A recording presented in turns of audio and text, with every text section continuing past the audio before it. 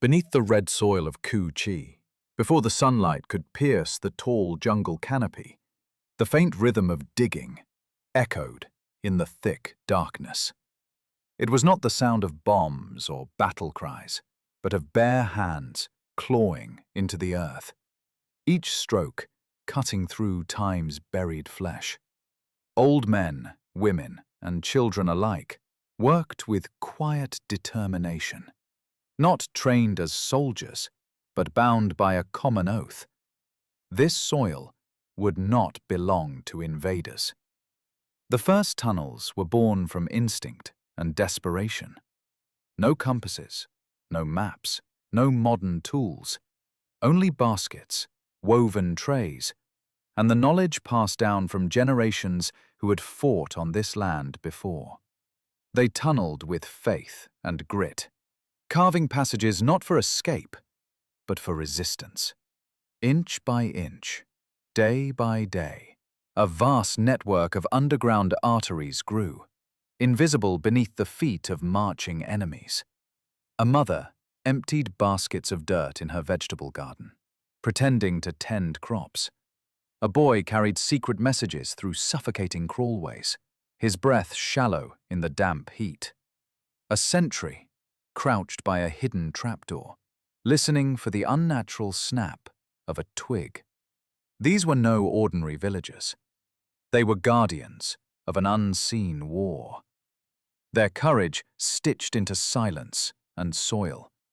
Down here, the war had no trumpets, no medals, only shadows, and the will to keep moving in the dark. The Ku Chi tunnels were more than a shelter. They were a heartbeat beneath the land, pulsing quietly with resistance, waiting for the day the earth itself would rise to speak. Night in Ku Chi was more than darkness. It was a thick stillness, deep like the bottom of a well, where even the slightest sound carried the weight of a soul. Beneath the earth, in the winding veins of the tunnel network, hundreds of people lived, breathed, and resisted. They saw no sunlight, heard no news broadcasts, but their heartbeats, silent and steadfast, kept the land from falling. At a narrow junction, a young mother rocked her baby to sleep with ancient lullabies, while her husband, sitting beside her, split sugarcane to share with comrades. Words were few, but glances, nods, and quiet touches spoke volumes. Each shelter was a kitchen, a classroom, a medic post. Children scribbled characters onto clay walls with chunks of charcoal, their hands dirty, but eyes bright, devouring dreams far bigger than the cramped space they lived in. There were no televisions underground, no loudspeakers, but news traveled. A knock on a tunnel wall, a sharp breath, a folded note passed between two crouched fighters. This was their network. Each message was a pulse, a signal leaping across dark corridors, from one hamlet to another, defying bombs and jets roaring above. This was not a mere hiding place. It was a massive heart, beating quietly beneath the soil, sustaining a people who had never learned surrender. Each breath drawn underground was a vow. Each day survived in silence was a declaration that from this earth, from this darkness, resistance would rise. As the dry season swept across southeastern Vietnam, the ground cracked open, and the forest shed its leaves like burned paper. Above, the roar of American helicopters split the air, while waves of napalm turned green into flame. But beneath the scorched soil, deep inside the Ku Chi tunnels, another kind of fire burned, quiet, controlled, and just as dangerous. In a hidden kitchen, buried 3 levels underground, a soldier crouched by a smokeless stove, gently feeding a flickering flame beneath a dented rice pot. His uniform was damp with sweat, fingers blackened by charcoal, yet his movements were calm, methodical. He didn't need to see the enemy to know they were near. The vibrations in the clay, the sudden silence above, even the shift in the air, all were warnings. He cooked not just to nourish, but to survive undetected. Nearby, others waited in silence. One soldier patched a torn sandal, another polished a rifle with an old shirt, a third wrote a letter home with trembling hands and a stub of pencil. Around them, the kitchen glowed faintly, filled with the warmth of rice steam and whispered courage. This was no ordinary meal. It was rebellion, measured in grains and heat, defiance, cooked one pot at a time. Above them, war screamed. Below, they endured. Here, fire did not consume, it sustained. And in the quiet rhythm of preparation, each soldier reclaimed a piece of normalcy, a taste of resistance, and the unspoken vow that they would rise again. In the depths of the Cu Chi tunnels, the walls were not just barriers of clay and stone. They were silent witnesses to secrets, sacrifice, and strategy. Every corner held echoes of decisions that shaped battles above. Every scratch in the earth, every faint line of charcoal on the wall, whispered of moments when history bent in silence. One late night, lit only by the flicker of a single oil lamp, a meeting began. 6 figures sat shoulder to shoulder, backs pressed to the damp soil, voices lower than breath. They did not speak of ideology. They discussed movement, how to slip past patrols, which tunnel branches had collapsed, which whispers could be trusted, and which might be bait.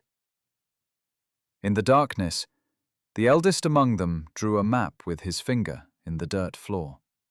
No one spoke more than necessary. A nod was consent.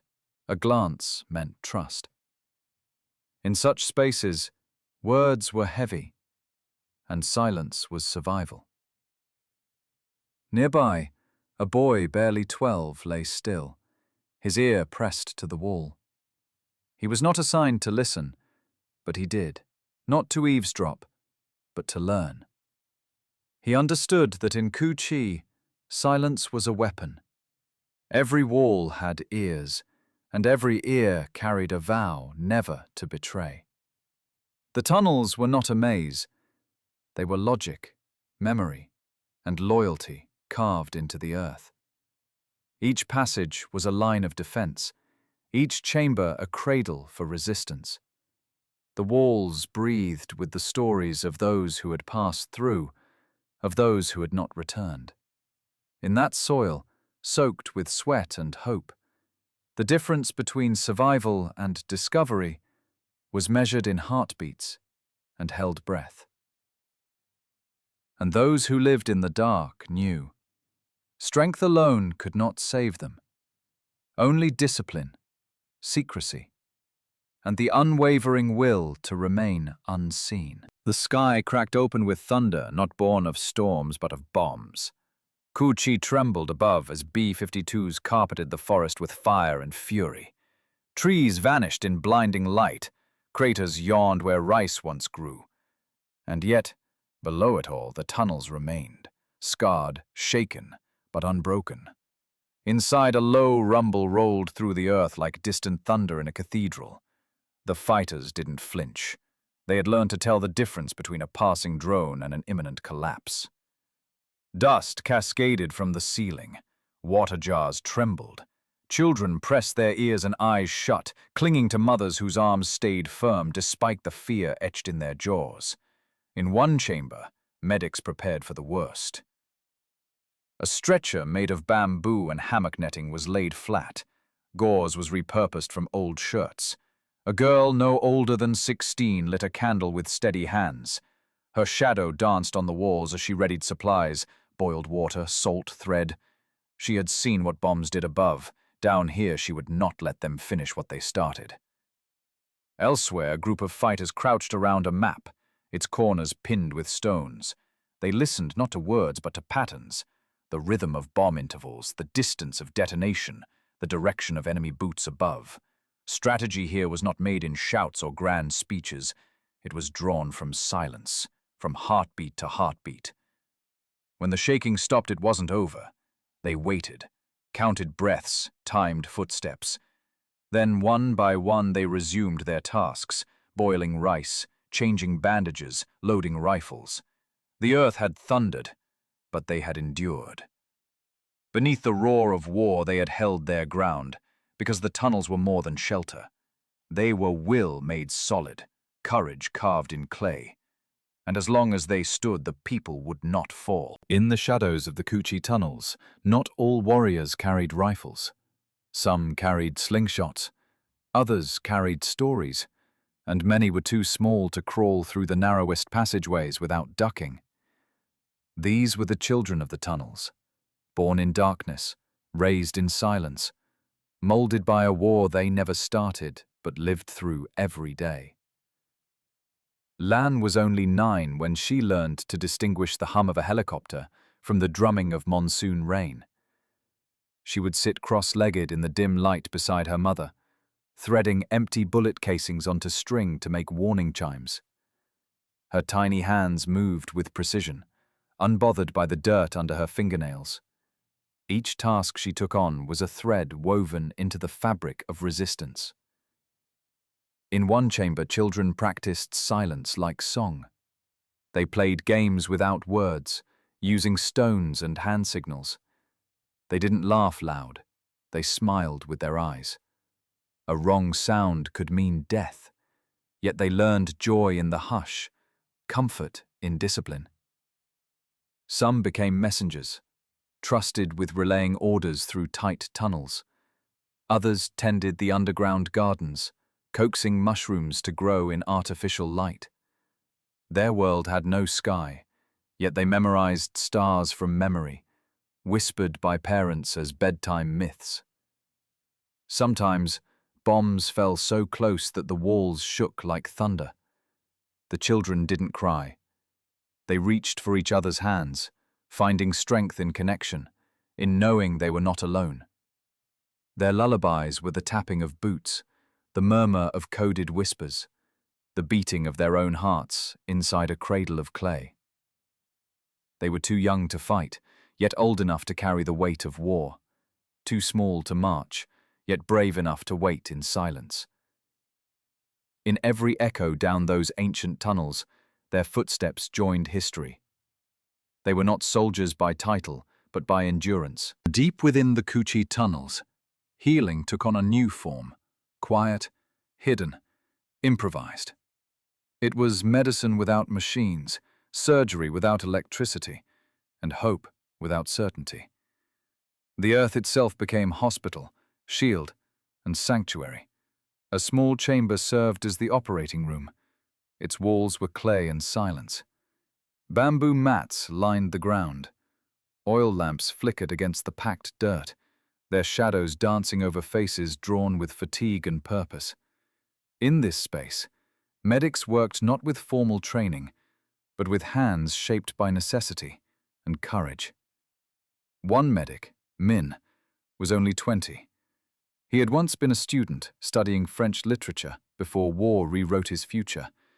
Now, he knelt beside a wounded fighter, sterilizing a blade over flame. There was no morphine, only strong hands and whispered reassurance. The fighter bit down on cloth as Min cut into his leg, removing a shard of shrapnel, while others held their breath. Sweat ran down Min's brow. Failure was not an option. Too much depended on those who could still walk, still fight. Nearby, a young girl ground herbs in a stone bowl.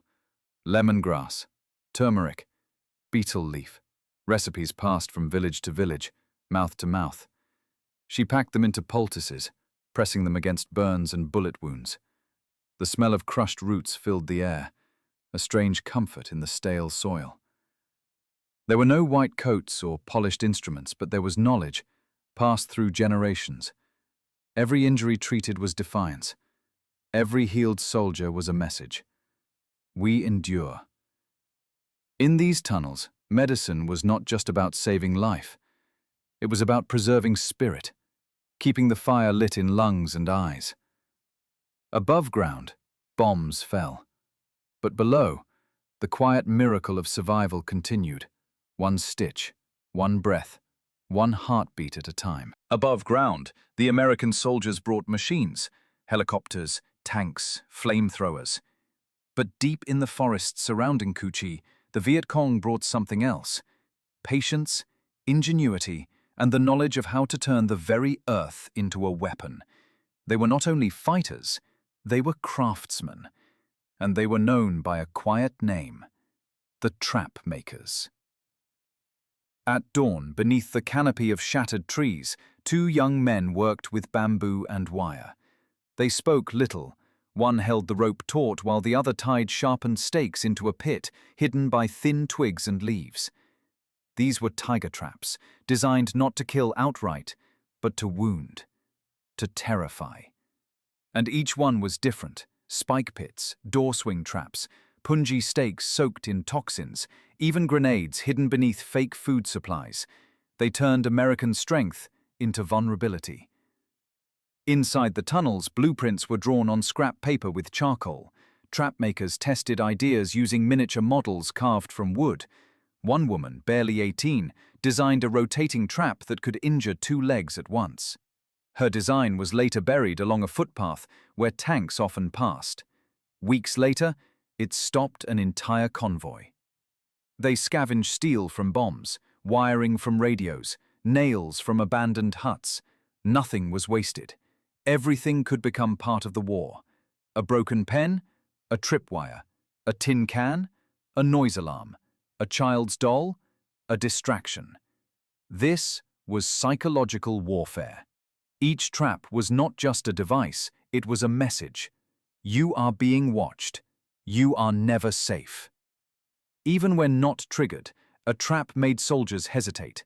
That hesitation, in the thick jungle heat, meant everything.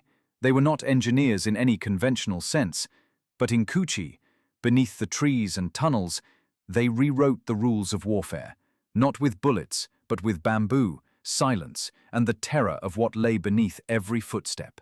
The dry season came with a promise and a threat. As the grass yellowed and the air turned brittle, Cu Chi braced for fire. The Americans had a new tactic: defoliate, burn, erase. They dropped barrels of Agent Orange from low-flying planes, letting poison seep into root and river. Forests that had stood for centuries wilted in days. The jungle's veil, so long a guardian to the tunnel people, began to fall. From beneath the earth, they watched. Inside the tunnels, women stirred cooking pots with cloth over their mouths. Children developed rashes. Water from wells turned cloudy, and leaves lost their green. The land itself seemed to grieve. Then came the napalm. It wasn't the sound that broke them. It was the silence before it. A hum in the sky, then a roar, and suddenly the air above Cu Chi ignited. Villages were swallowed in flame. Trees curled inwards like fists. Smoke columns rose like tombstones, casting shadows over the entrance holes. Anyone caught outside had seconds to run or die. But the tunnels remained. Inside, air grew thick. Ventilation shafts were blocked with soaked cloth. Some chambers flooded, others collapsed, and yet they endured. Fighters navigated through smoke-filled corridors to reach the wounded. A girl who had once sewn shirts now stitched skin.